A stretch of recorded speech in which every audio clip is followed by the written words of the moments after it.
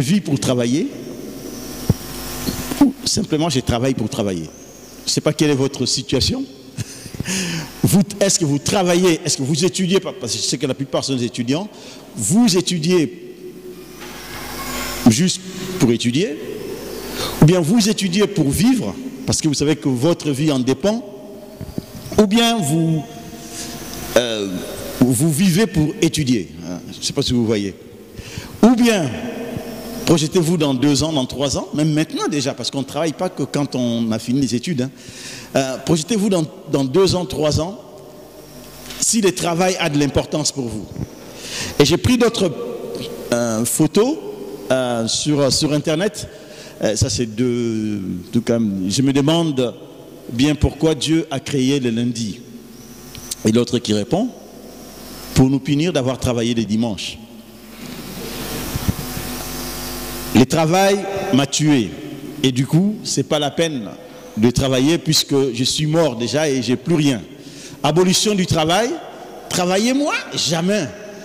Je sais qu'il y a des gens qui rigolent, mais il y a beaucoup de gens qui disent, moi je ne travaillerai jamais, je vais vivre de ce que mes parents ont laissé, ou je sais que je vais vivre avec les 10 chiffres de mon frère, ou des trucs comme ça.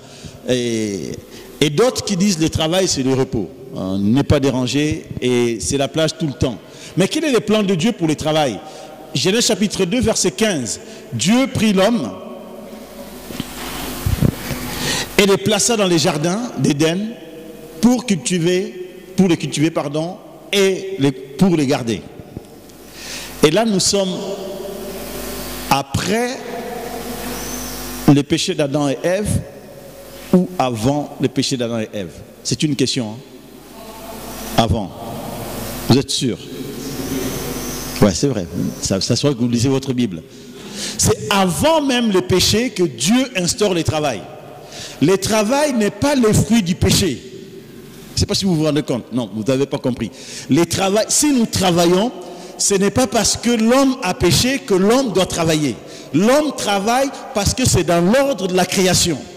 Quand Dieu crée l'homme, il crée l'homme pour travailler. C'est bizarre, hein? Ça choque. Hein?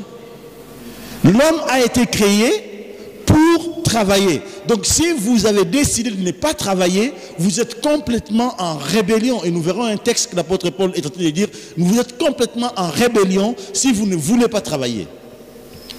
Une personne qui vit aux dépens de la société, aux dépens des autres, c'est une personne qui ne mérite pas la vie. C'est peut-être très dur ce que je suis en train de dire, mais c'est ça. Si vous ne bossez pas, vous ne méritez pas de vivre. J'étais au Congo il y a, excusez-moi de mettre des anecdotes entre les textes, au Congo il y a quelques mois. C'était impressionnant de voir le nombre de personnes qui venaient pour m'expliquer qu'ils ne travaillaient pas et qu'ils avaient besoin de 10 $, de 20 $, que je leur donne. Mais je disais à certains, mais vous ne savez pas que moi je suis venu avec un calcul. Sachant qu'aujourd'hui, je mangerai ça, je dépenserai comme ça, et puis je rentrerai. Je ne suis pas venu pour vivre aux dépens des autres. Mais je me suis rendu compte que ces personnes-là vivent complètement aux dépens des autres. Ils sont en rébellion par rapport à la création même de l'homme. Si vous ne travaillez pas, vous ne méritez pas de vivre. C'est peut-être exagéré ce que je suis en train de dire, mais c'est comme ça. Il faut travailler pour vivre. Genèse chapitre 2, versets 7 et 15. Toujours avant, nous sommes toujours avant le péché. Hein. L'Éternel Dieu forma l'homme de la poussière de la terre. Il souffla dans ses narines un souffle de vie et l'homme devint un être humain. Je reprends les textes. L'Éternel Dieu forma l'homme, c'est-à-dire Dieu est en train de travailler. Hein?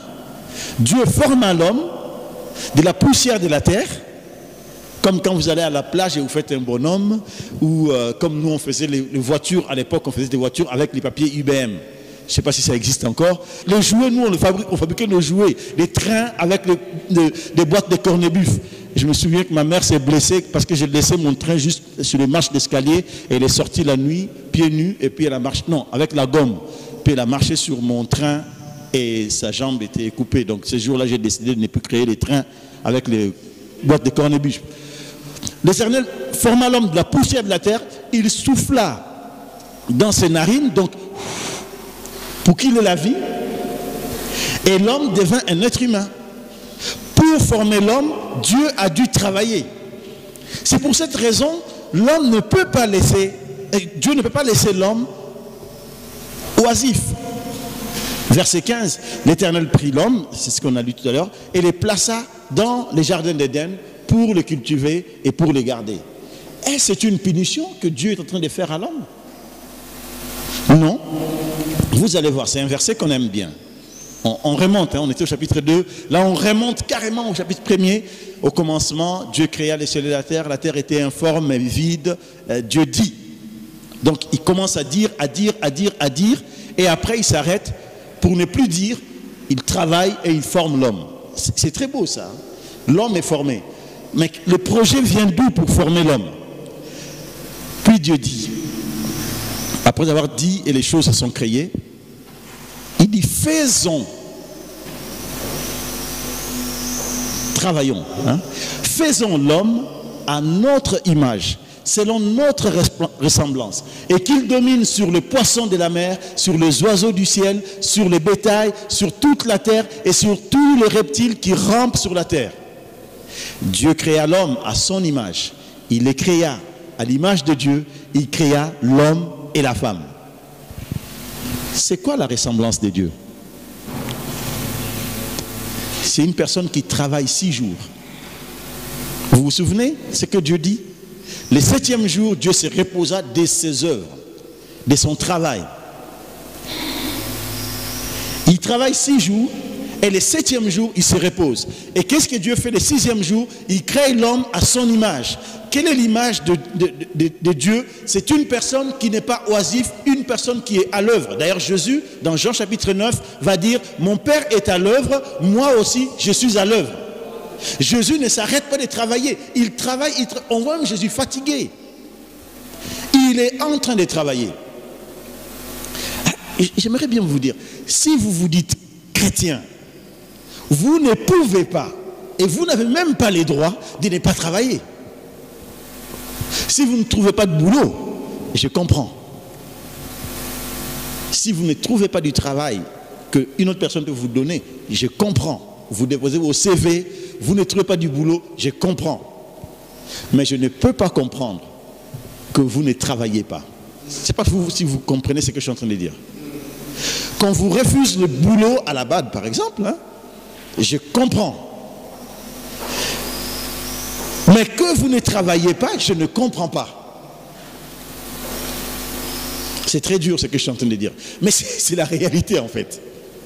Dieu veut que l'homme travaille, il cultive la terre et puis qu'il gagne son pain en travaillant. Pas que l'homme reste juste comme ça en train de regarder. Qu'est-ce qui se passe dans les textes? Toujours dans ce texte de la Genèse, Dieu met l'homme dans les jardins d'Éden pour faire plusieurs choses. D'abord pour cultiver la terre. Quand on cultive la terre, on profite du fruit. Et pour garder,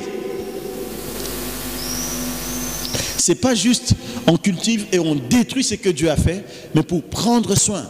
Je cultive et je prends soin. Je travaille et je prends soin. Je travaille, je prends soin de garder mon boulot. Je travaille, je ne rentre pas dans des combines bizarres.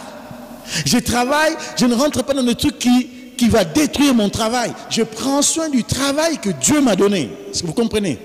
C'est que Dieu m'a offert, Dieu me fait confiance pour pouvoir les faire. Je dois les garder. Hier tu bosses, tu dois garder ton boulot.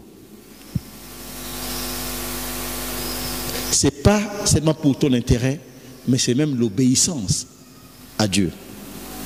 Tu bosses, tu es en train de préparer tes examens, tu ne vas pas seulement prier en disant oh, je suis fatigué, je ne vais pas travailler. De toute façon, Seigneur, tu as dit que je serai jamais je serai la tête et non la queue. Fais ton œuvre, Seigneur. Mais tu n'as pas bossé.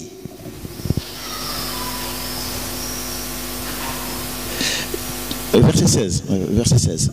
L'Éternel Dieu donne à cet ordre à l'homme. Tu pourras manger de tous les arbres du jardin, mais tu ne mangeras pas l'arbre de la connaissance du bien et du mal, car le jour où tu en mangeras, tu mourras. On connaît ça, hein, parce qu'on sait que oui, l'homme a désobéi et on spécule sur les textes. Pourquoi Dieu a laissé l'arbre? Pourquoi Dieu a fait ceci? Pourquoi Dieu a fait telle chose? Mais on ne spécule pas sur tout ce que Dieu a permis à l'homme de pouvoir faire. On spécule sur une seule chose, mais je ne vais pas spéculer sur ces textes-là. Aujourd'hui, je n'ai pas le temps. Mais, qu'est-ce qui se passe? L'homme cultive, il garde et Dieu donne l'ordre de manger tout. C'est-à-dire, dans la tête de Dieu, l'homme doit travailler pour manger. Si l'homme ne travaille pas, il ne mangera pas.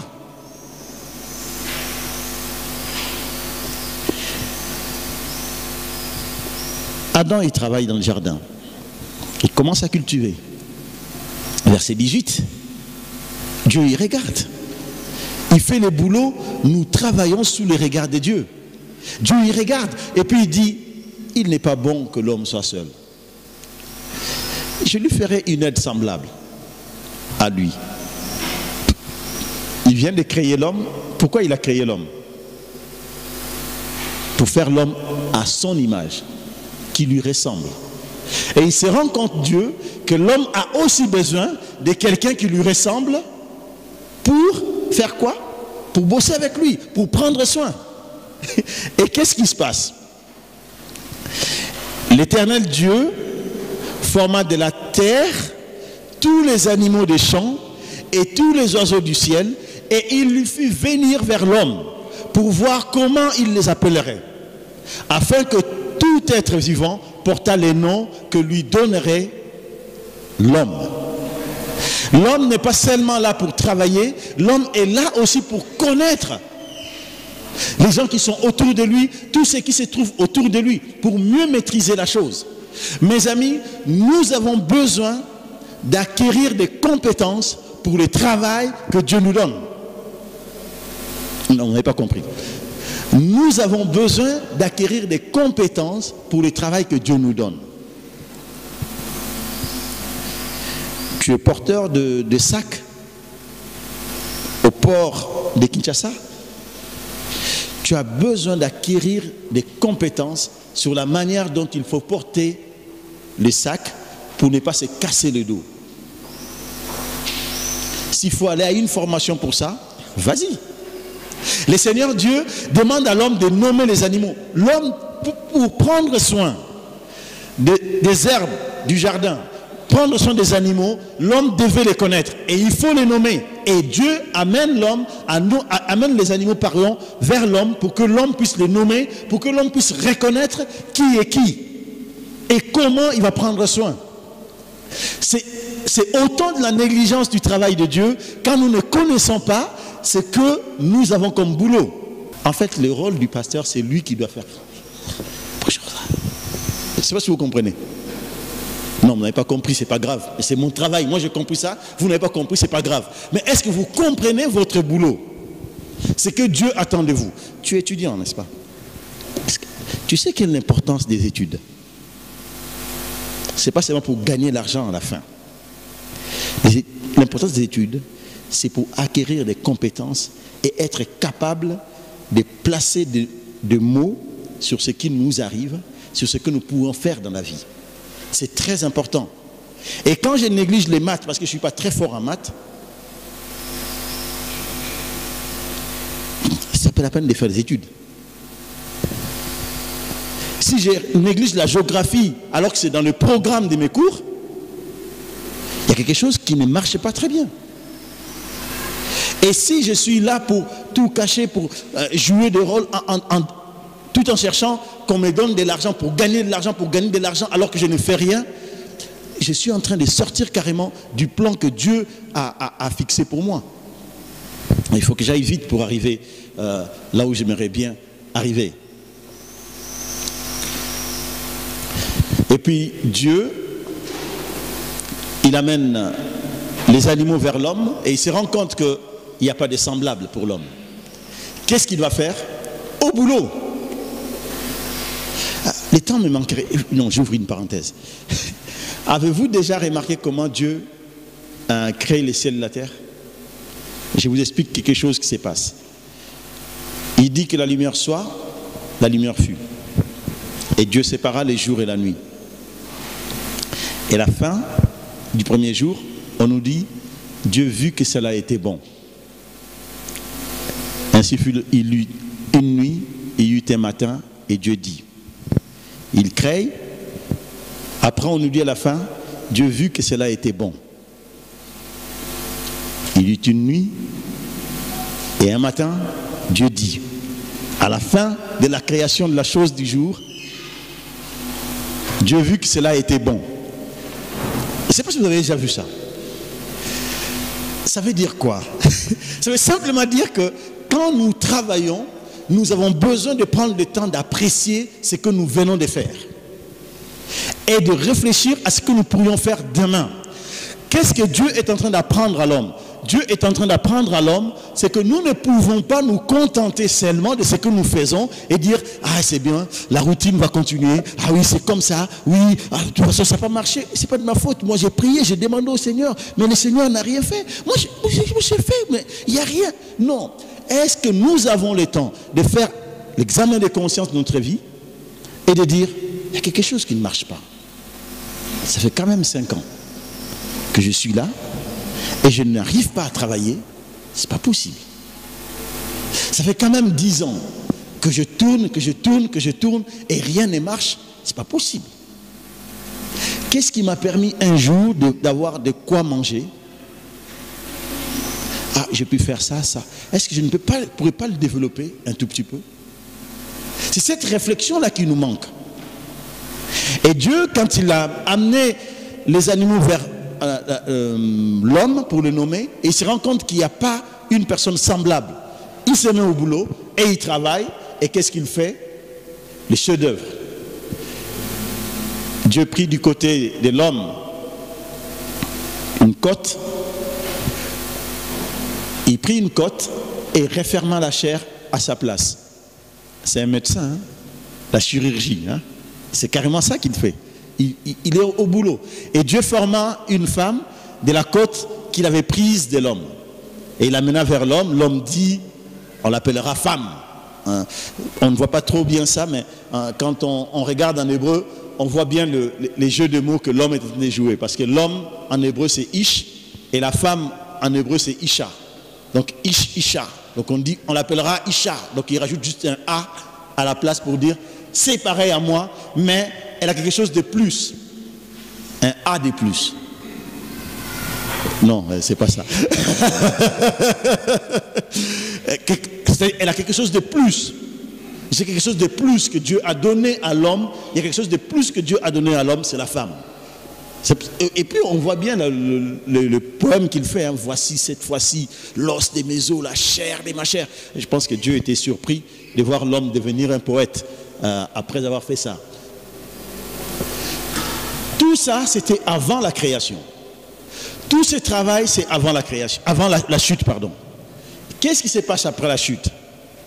Je vous épargne de toute l'histoire de la chute. Vous connaissez très bien les serpents, tenter la femme et tout ça. Et Dieu pose la question au serpent et pose la question à Adam, pourquoi tu as fait ça? Adam, au lieu de répondre carrément, non, mais j'ai mangé le fruit, il n'y a pas de problème, tout ça, j'ai désobéi. Non, il dit, la femme que toi tu m'as donnée, hein, c'est ta faute, hein, m'a donné et puis j'ai mangé. Et puis Dieu s'est mis vers la femme, pourquoi tu as fait ça? Ah, les serpents m'a proposé et puis j'en ai mangé. Tout le monde se rejette. Et les pauvres serpents, il n'avait personne vers qui se tourner. Lui, il reste là et puis il a sa punition tranquille. Mais Dieu ne laisse personne impuni. Ève va accoucher avec la douleur. Mais je reviens sur Adam, à qui Dieu avait dit de cultiver la terre. Il dit à l'homme, puisque tu as écouté la voix de ta femme, il n'a pas dit que ce que tu viens de dire c'est faux. Je t'ai donné la femme. Mais puisque au lieu de m'écouter, tu as écouté la voix de la créature, au lieu d'écouter le créateur, alors... et tu as mangé du fruit que je t'ai donné, le sol sera maudit à cause de toi. C'est à force de peine que tu en tireras ta nourriture tous les jours de ta vie. Il te produira des épines et des ronces et tu mangeras de l'herbe des champs. C'est pour ça qu'on mange des fungwa maintenant. C'est à cause de la sueur de ton visage, c'est à la sueur de ton visage que tu mangeras du pain, jusqu'à ce que tu retourneras où? Dans la terre, d'où tu as été pris, car tu es poussière et tu retourneras dans la poussière.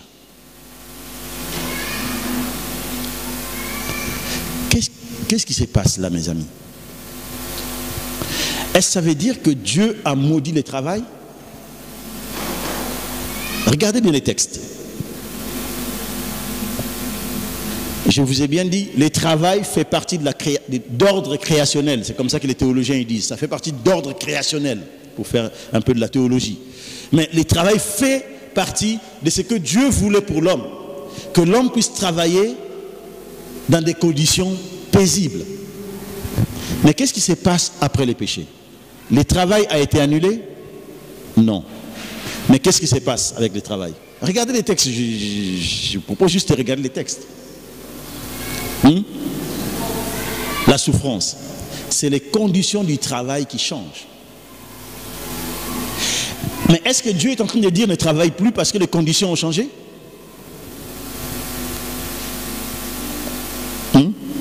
Non. Non. Loin de là. Il demande à l'homme de travailler. Les conditions ont changé, mais Dieu ne dit pas que tu ne mangeras pas. Mais tu mangeras, mais tu souffriras avant de manger. Ça veut dire que si avant on pouvait peut-être un temps prendre des vacances pour pouvoir manger, avant la chute, après la chute, on n'a pas le droit de se dire « Ah, moi c'est pas de ma faute. Moi c'est vraiment... Moi je suis ingénieur en économie. Et il me propose des boulots de balayeur. Moi je ne suis pas balayeur, moi. Quand même, j'ai un PhD en économie. Je ne peux pas faire ça. Je ne sais pas si vous comprenez. Le travail reste. Les conditions du travail ont été maudites. Voilà pourquoi le travail devient difficile à trouver. Mais Dieu garde la promesse. Tu mangeras à la sueur de ton front. Le temps me manquerait de lire Genèse chapitre 4. Vous avez déjà lu ça, comment il s'appelle, notre ami le tueur là, Caïn.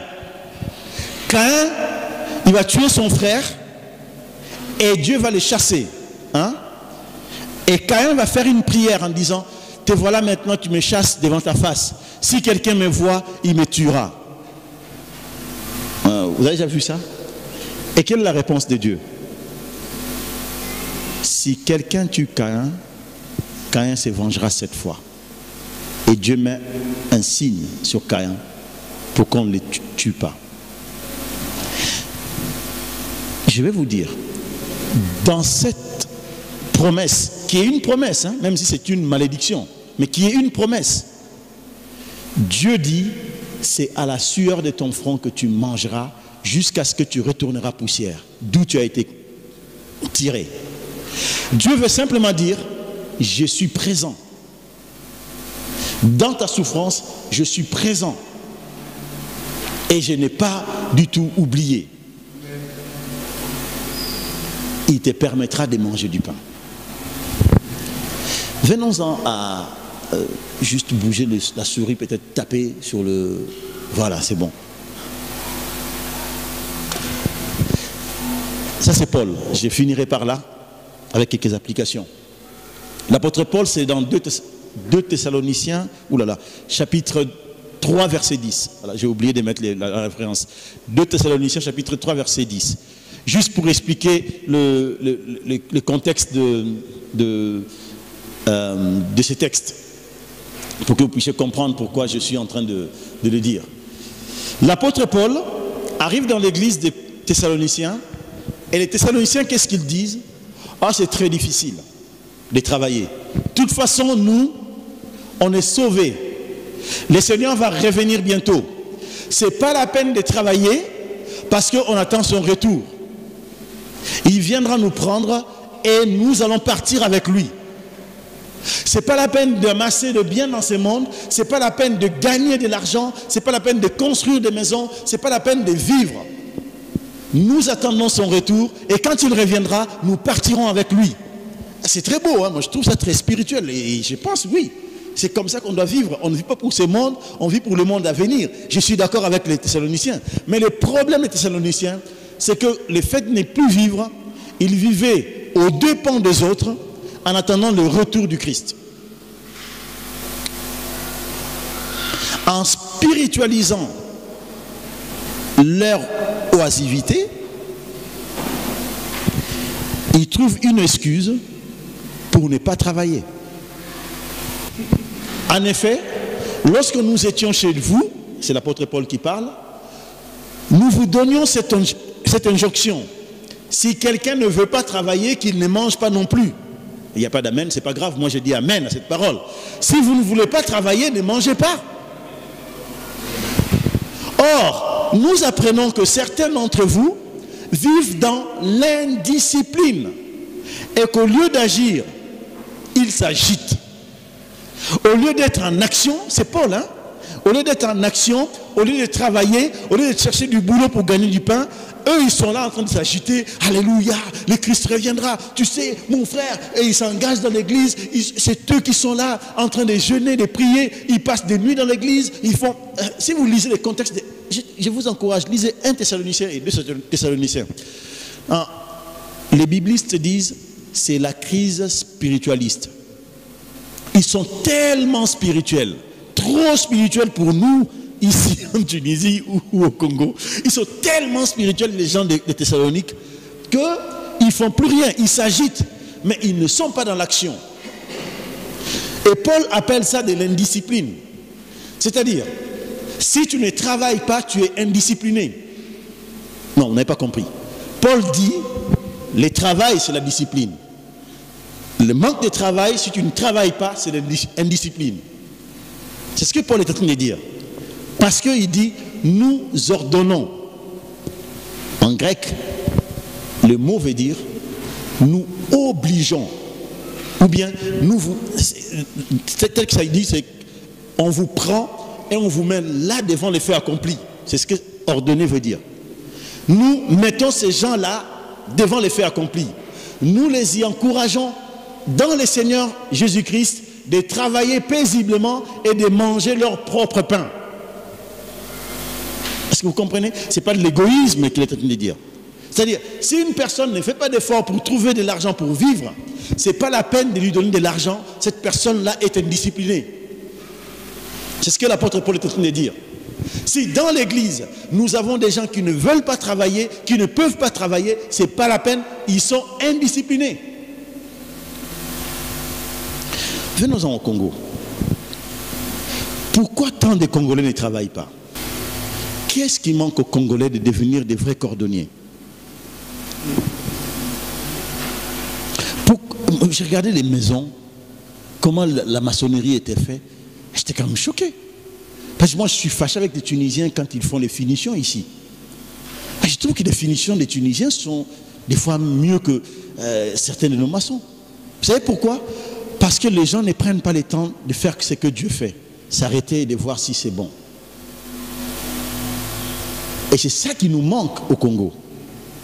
Nous nous contentons de la médiocrité. Et une fois que j'ai gagné 100 $, j'ai l'impression que j'ai gagné 100 000 $. Et je ne travaille plus dans la réflexion de comment je pourrais encore mieux travailler pour que mon travail soit meilleur. Je me contente de ce qui se passe. Je dis, ah là c'est quand même, ça c'est des trucs que Dieu m'a donné. Moi c'est mon domaine, il ne faut pas toucher. Si Paul était au Congo, je pense que nous tous on serait des indisciplinés et virés de son église. Oh, que Dieu nous aide à comprendre l'importance qu'il y a à travailler. Maintenant, je vais quand même donner un petit truc. Là, je finirai par ça. Je sais que vous êtes presque tous des étudiants, à part certains. Hein? J'ai dit à part certains. Ah, les internautes, ouais. Et les internautes, ouais, c'est vrai.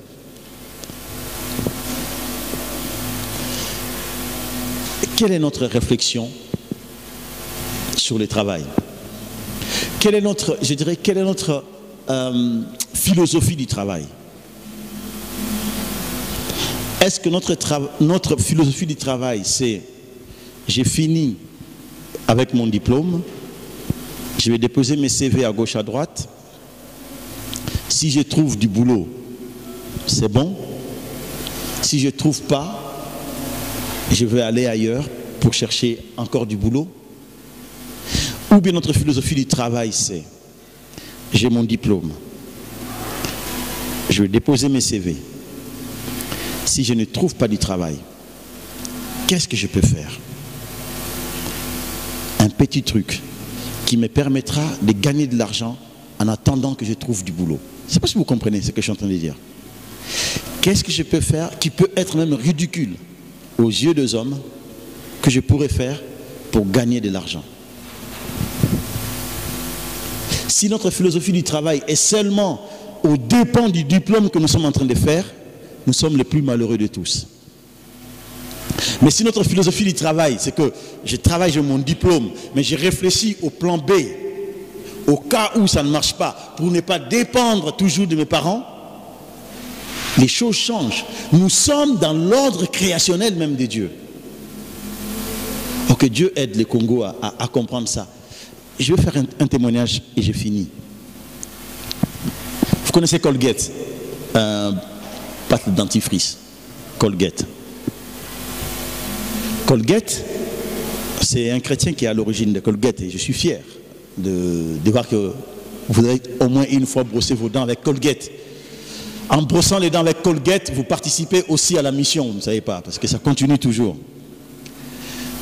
C'était un jeune homme qui vendait du savon qu'au Congo, à l'époque, nous, je ne sais pas si maintenant, je n'ai pas vu ça au Congo quand je suis parti, mais peut-être il y en a toujours, qu'on appelait Kibolabola. Ah oui, maintenant tu es choqué. Hein? C'est ça qu'il faisait en fait. Il fabriquait les Kibolabola et il vendait les Kibolabola. Petit à petit. Il réfléchit. Les tibias fonctionnent. Qu'est-ce que je peux faire pour le Kibolabola change pour devenir autre chose? Et on arrive à Colgate.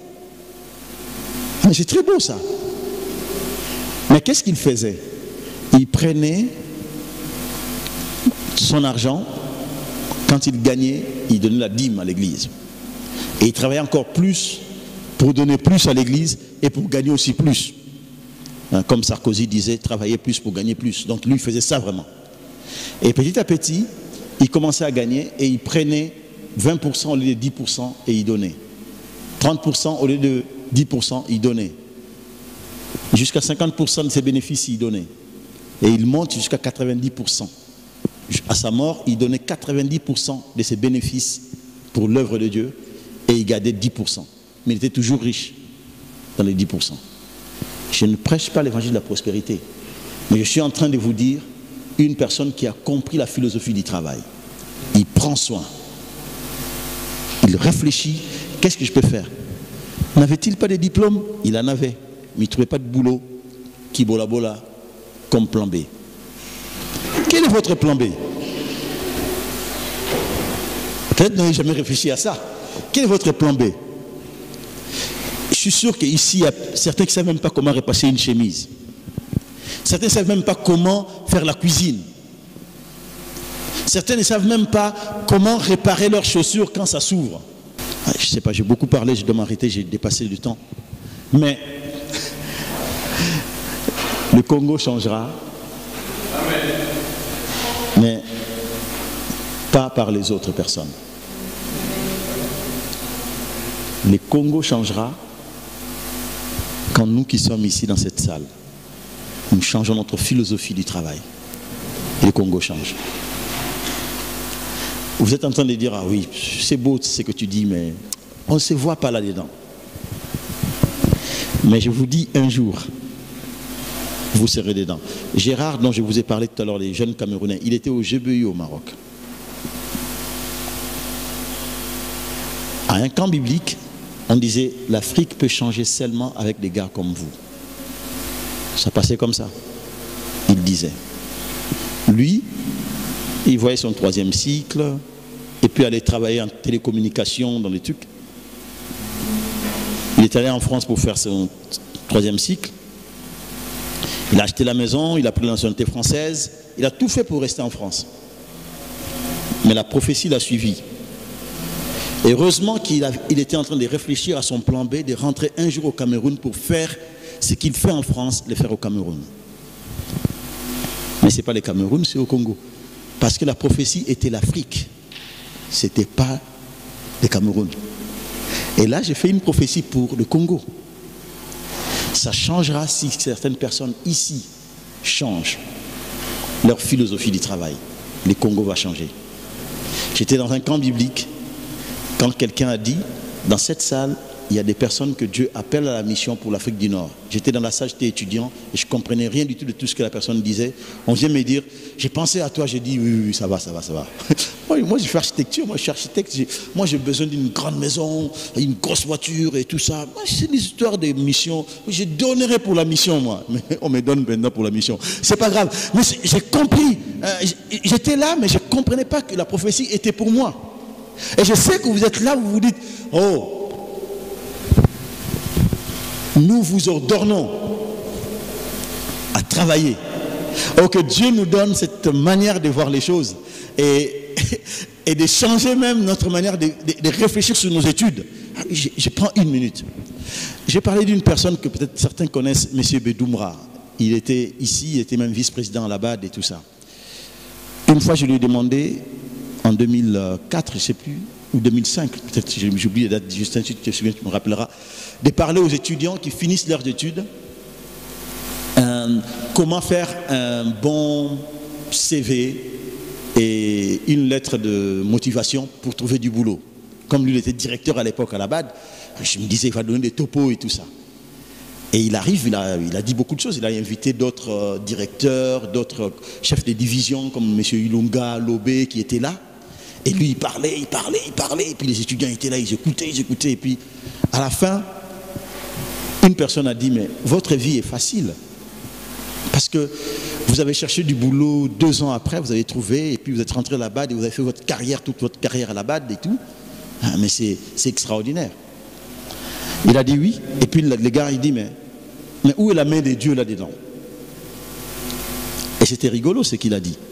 Il dit, la main de Dieu, c'est que mes amis qui étaient avec moi à l'école maternelle, il y a certains qui ne sont pas allés à l'école primaire. D'autres qui étaient avec moi à l'école primaire ne sont pas allés à l'école secondaire. Il y a d'autres qui étaient avec moi à l'école secondaire qui ne sont jamais allés à l'université. Et d'autres qui étaient à l'université qui n'ont jamais fini. Et ce qui est pire, moi, je suis ingénieur en télécommunication. Mais je suis directeur sur les histoires des eaux à la BAD. Je travaille pour l'eau et tout ça, comment l'eau, le bassin du Congo, l'eau va... C'était comme ça qu'il avait le truc. Et puis après ça, il est devenu secrétaire général de la BAD. Un poste politique qui n'a rien à voir avec le truc. Et puis il devient vice-président, je ne sais pas de quoi. Et aujourd'hui, vous savez qui il est? Ministre des Finances et de l'Économie dans son pays. Dites-moi, où est la télécommunication? Quel lien entre la télécommunication, ingénieur en télécommunication, tout le temps qu'il a passé depuis l'école primaire pour être ingénieur en télécommunication et l'histoire des finances, des eaux et de ceci, là. Est-ce que vous comprenez ça? C'est des gens qui bossent les plans B, qui peuvent naviguer comme ça. Ceux qui ne bossent pas les plans B, ils navigueront jamais. Prions.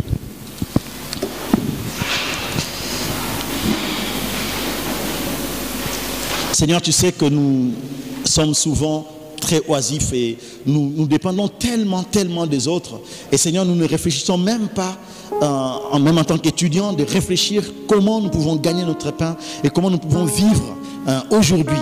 C'est que toi tu nous demandes de vivre. Seigneur, j'ai prié que tu aides mes frères et sœurs, Seigneur, à comprendre à quel point toi tu as voulu que l'homme puisse travailler, même avant les péchés, que l'homme puisse ne pas dépendre des autres, mais que l'homme puisse dominer sur la création, que l'homme puisse et prendre soin de la création. Seigneur, nous te prions maintenant de changer notre philosophie, de voir les choses, Seigneur. Donne-nous de pouvoir regarder les choses selon toi, Seigneur. Toi qui aimes le travail, toi qui travailles, Seigneur, donne-nous ce désir de pouvoir travailler, Seigneur. Au nom de Jésus, nous prions.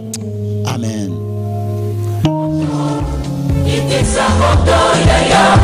Ezekisa misala ya Satana na mboka moto, itisa moto yaya, ezekisa misala yawe ezali ya kosembola mako ekolo epambolama pe Kongo bamona nkembo ya